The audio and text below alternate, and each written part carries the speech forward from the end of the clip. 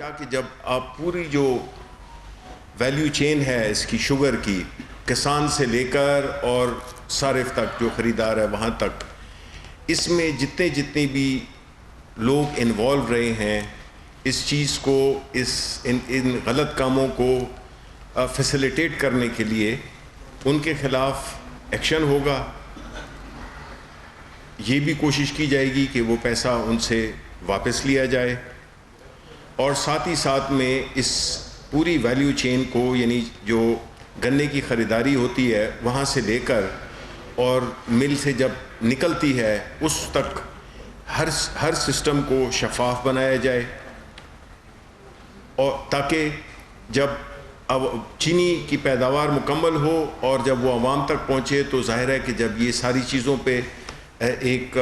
ٹھیک لوگ بیٹھے ہوں گے، ہر ادارہ جو کہ جس کا کہ خاص کام ہے، چاہے وہ FBR ہو، چاہے وہ سیکیورٹیز ایکسچینج کمیشن ہو، چاہے وہ شوگر کین کمشنرز ہوں، چاہے وہ متعلقہ جتنے بھی ادارے ہیں جو کہ اس میں ان کو رکھا گیا ہے کہ وہ ان چیزوں کا پہ نظر رکھیں، تو اس سے یہ ہوگا کہ ہم یہ امید کرتے ہیں کہ جو پیداواری لاگت ہے اس کا جب پتہ چل جائے گا تو پھر اس پہ جو منافع ہوگا اس کے مطابق پھر قیمتوں کا تعین ہوگا. تو ہمیں اس بات کا بھرپور یقین ہے کہ انشاءاللہ جب یہ سسٹم افیکٹو ہو جائے گا اگلے 3 ماہ میں، تو اس سے چینی کی قیمتوں میں بھی فرق آئے گا. دوسری بات، ایک اور اہم چیز جو کہ عام عوام کے استعمال میں آتی ہے وہ ہے آٹا، اور ہم نے اس میں کابینہ نے اس بات پہ تشویش کا اظہار کیا کہ جو آٹے کی جو قیمت میں جو بڑھاوٹ ہوئی ہے اس کا سدباب کرنا، اور اس میں مختلف احکامات جاری کیے گئے وزیر اعظم صاحب کی طرف سے، اور کابینہ نے اس کو فلی انڈورس کیا. اور وہ یہ تھے کہ ایک تو پنجاب حکومت کو یہ انسٹرکشن دی گئی کہ وہ 9 لاکھ ٹن جو ہے گندم وہ ریلیز کرے. ایک ایسا میکنزم جو کہ حفیظ شیخ صاحب کی سربراہی میں ایک کمیٹی بنی جو کہ اس پوری سسٹم کو اس کے جب گندم کی کٹائی ہوتی ہے وہاں سے لے کر اور جب جس طرح پاسکو کی خریداری ہوتی ہے، یہ سارے سسٹم کو سٹریم لائن کرنا، اس کو ٹرانسپیرنٹ کرنا، کہ سمگلنگ کو روکنا. خیبر پختونخوا کے علاقے میں یہ ایک بہت بڑا چیلنج ہے، لیکن اس کے لیے بھی اقدامات کرنے کی تجاویز آئی ہیں،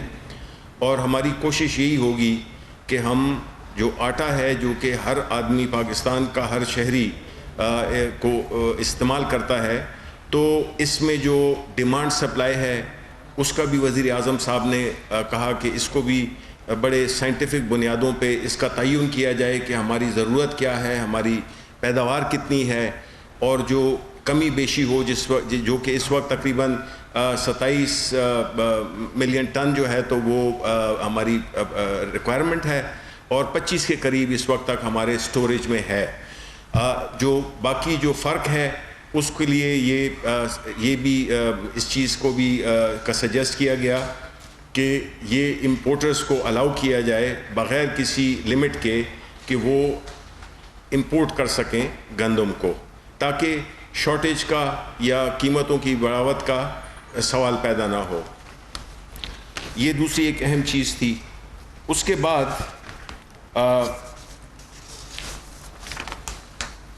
جو ایجنڈا آئٹم جو ڈسکس کیا گیا وہ تھا جس میں وزارت تعلیم کی ان کاوشوں کو سراہا گیا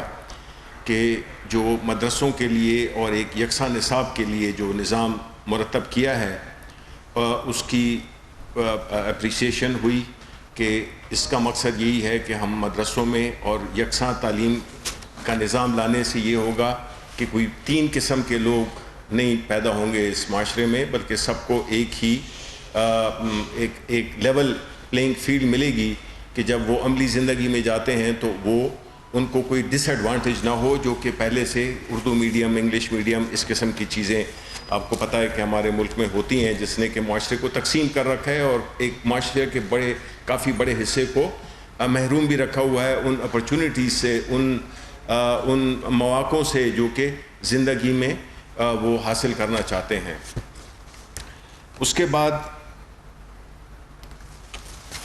آن لائن ایجوکیشن کی بھی بات ہوئی، جس میں کہ آپ کو پتہ ہے کہ اسپیشلی کووڈ میں اور جس طرح کے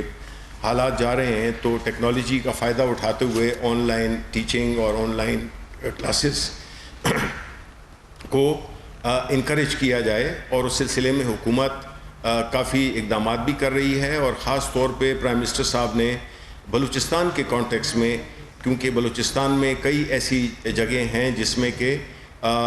تعلیم کی یہ آن لائن کی سہولتیں نہیں مل سکتی، بیکاز وہاں پہ یا تو انٹرنیٹ کنیکشن نہیں ہے، اور یا جو ہے تو جو ایون کئی جگہوں پہ تو ٹیلی فون بھی نہیں ہے، تو وہ اس پہ بھی بات ہوئی کہ جو فنڈ ہے اس کا انفارمیشن ٹیکنالوجی کا، اس کو خرچ کر کے، اور یہ بلوچستان کے عوام کو جس طرح کے اور بھی کئی چیزیں ہیں جو کہ بلوچستان کے لیے ترقیاتی منصوبوں میں ایک بہت بڑا حصہ رکھا گیا ہے، تو ہماری وزیر اعظم صاحب کی کوشش یہی ہے کہ بلوچستان کے عوام کو جتنی بھی سہولتیں جو کہ باقی ملک کے عوام کو میسر ہیں، وہ بلوچستان کے عوام بھی اس سے استفادہ حاصل کر سکیں۔ اس کے بعد مختلف ایجنڈا آئٹمز پہ بات ہوئی، جس کی تفصیلات تو میں آپ کو رائٹنگ میں بھی آپ کو دے دوں گا، لیکن جو چیدہ تھیں اس کا میں ذکر یہاں پہ کر دیتا ہوں کہ جو سرکاری املاک ہیں جو کہ ایویکویٹ ٹرسٹ پراپرٹی جو ہے، اس کی جو ننکانہ صاحب میں جو پراپرٹیز ہیں اس کی ویلیویشن کے بارے میں چیئرمین نے، اس ادارے کے چیئرمین نے سفارشات دیں ان کی ریٹ کی ریویژن کی، کیونکہ اس ادارے کے پاس بہت بڑی قیمتی زمینیں ہیں جو کہ بڑے چھوٹے داموں پہ جو ہے تو ان کی یا تو کرائے پہ دی ہوئی ہیں یا ان پہ کچھ پہ قبضے ہوئے ہیں، تو اس کو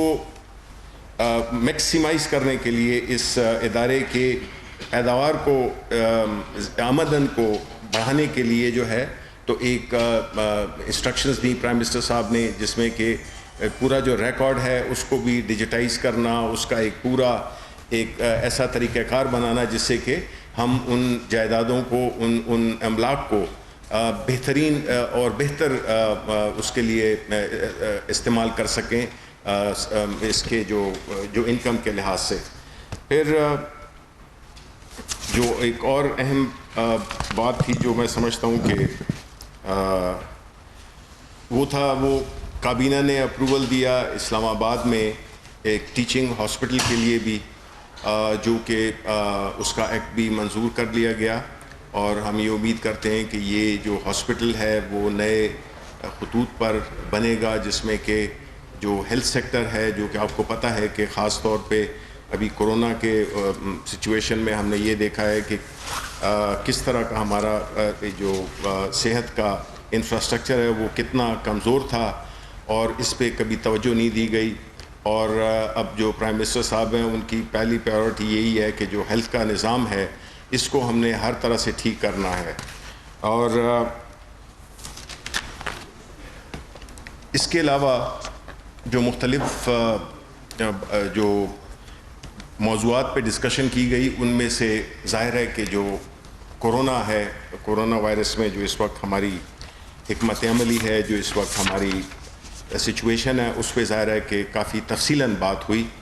اور وہ پریزنٹیشن اسد عمر صاحب نے اور مرزا ظفر نے بھی دی، جس میں کہ بنیادی طور پہ جتنے بھی فیکٹس اینڈ فگرز ہیں، آپ کو معلوم ہے کہ NCOC ایک ادارہ ہے جس کی کہ روزانہ میٹنگ ہوتی ہے، جس میں کہ اس ملک کے چیف منسٹرز، اس ملک کے آرم فورسز کے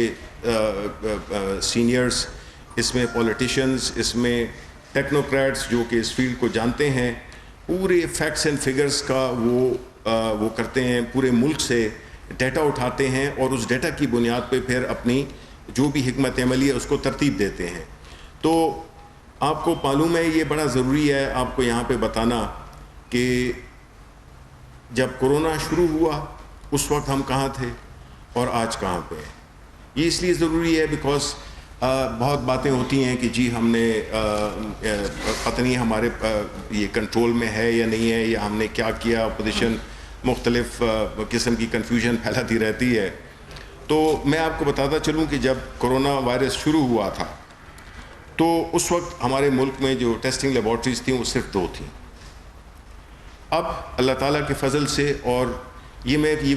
کوئی سالوں کی بات نہیں ہے، یہ ہفتوں کی بات ہے کہ ہم نے 8 سے 10 ہفتوں میں کہاں پہ ہم پہنچ گئے ہیں. تو اب اللہ تعالیٰ کے فضل سے ہماری 129 لیبارٹریز ہیں، ٹھیک ہے، اور جو کہ انشاءاللہ ہماری کوشش ہے کہ اور بھی ہم ان کو بڑھا سکیں. اس سے پہلے جب 15 مارچ تھا تو اس وقت ہمارے 472 ٹیسٹ روزانہ ہوتے تھے. اب اللہ تعالیٰ کے فضل سے پچھلے 24 گھنٹے میں جو ہمارے جو ٹیسٹ ہوئے ہیں، اب ہماری صلاحیت 50,000 تک پہنچ گئی ہے، اور اینڈ جولائی میں یہ تقریباً 1,50,000 تک پہنچ جائے گی. جی، پھر اس طرح جو وینٹیلیٹرز تھے، جو کہ ایک بہت ہی سوفسٹیکیٹڈ اور ذرا مہنگی مشین ہے، وہ جو ہے تو ہمارے پاس اس وقت کوئی 2,200 کے قریب تھے، اور اب اس کی تعداد 4,000 سے اوپر ہے. اور اس میں یہ بھی ہے کہ ابھی ہم نے لوکلی بھی ایسے 4 ڈیزائن منتخب کر لیے ہیں کہ جس سے کہ ہماری لوکل پروڈکشن بھی انشاءاللہ شروع ہو جائے گی. پھر جو بیڈز ہیں، اور جب بیڈز کی بات ہم کرتے ہیں، اس سے پہلے تو میں آپ کو بتا دوں کہ جو 770 ہاسپٹلز ہیں جو کہ کرونا وائرس کے پیشنٹس کو لک آفٹر کر رہے ہیں، اور جو اس وقت ہمارے پیشنٹس ہیں ان اسپتالوں میں مختلف وہ 6,215 ہیں. آکسیجن ظاہر ہے کہ اس بیماری میں ایک ایسا وہ ہے کہ آکسیجن سلنڈرز کی بھی بہت ضرورت پڑتی ہے. تو جو آکسیجنیٹڈ بیڈز ہوتے ہیں وہ تقریباً 8,886 ہیں ہمارے پاس اس وقت اویلیبل، جس میں سے 2,671 اس وقت آکیوپائڈ ہیں. 2,150 بیڈز جو ہے تو انشاءاللہ اگلے مہینے میں وہ بھی تیار ہو جائیں گے. لیکن یہاں میں یہ کہتا چلوں کہ جو آکسیجن کا جہاں تک تعلق ہے، یہ ایک ایسی بڑی اس وقت اس کی ڈیمانڈ بھی ہے اور ضرورت بھی ہے. لیکن جو آکسیجن ہے وہ ظاہر ہے کہ ہمارے ملک میں بھی پروڈیوس ہوتی ہے. کئی فیکٹریز جو کہ نہیں کر رہی تھیں ان کو بھی ہماری منسٹری آف انڈسٹریز نے، عماد اظہر نے کافی محنت کی ہے اور ان کو بھی پروڈکشن پہ ڈال دیا ہے. اور ساتھ ہی ساتھ میں جو ہماری ریکوائرمنٹ ہے اس کے مطابق گو کہ ہم پورا نہیں کر سکیں گے، لیکن جو ضرورت، جو ہمارے تخمینے ہیں اور جو ہمارے پاس اویلیبل ہے، اس میں ایک چھوٹا سا گیپ ہے جو کہ انشاءاللہ ایک تو ہماری لوکل پروڈکشنز ہی پورے ہو جائیں گے. اگر نہیں ہوئے تو ہم نے اسٹینڈ بائی کے طور پہ امپورٹ کرنے کے لیے بھی، چائنا، مڈل ایسٹ، ادھر سے امپورٹ کرنے کے لیے بھی ہم نے انتظامات مکمل کر لیے ہیں. اب اس ساری باتوں کا بتانے کا مقصد یہ تھا کہ حکومت پہلے دن سے بڑی واضح ہے کہ اس نے کیا کرنا ہے، میڈیکل سائٹ پہ کیا کرنا ہے، یعنی کہ ایکوپمنٹ کے لحاظ سے کیا کرنا ہے، اسپتالوں کے لحاظ سے کیا کرنا ہے، اور ایک جنرل جو ایک ورکنگ انوائرمنٹ ہے اس کو کس طرح سے مینیج کرنا ہے. تو جو حکومت کا، جو پرائم منسٹر صاحب کا جو پہلے دن سے ان کا جو ایک سوچ تھی وہ یہی تھی کہ کس طرح سے ہم اس ملک کی اکانومی کو بھی چلا سکتے ہیں اور کس طرح سے ہم یہاں کی لوگوں کی جانوں کا بھی تحفظ کر سکتے ہیں. اس سے اس ترتیب کو ذہن میں رکھتے ہوئے جب ہم دوسرے ملکوں کو دیکھتے ہیں، ایک مثال ہم دیتے ہیں، لیٹس سے کہ برازیل ہے. اب برازیل نے چھوڑ دیا. دوسری طرح دوسرا ایکسٹریم کیا تھا؟ انڈیا نے بھی اسٹرکٹ لاک ڈاؤن کر دیا، ایک طرف بالکل آزاد اور ایک طرف اسٹرکٹ لاک ڈاؤن. لیکن ہم نے یہ دیکھا کہ دونوں کو نقصان ہوا. انڈیا کو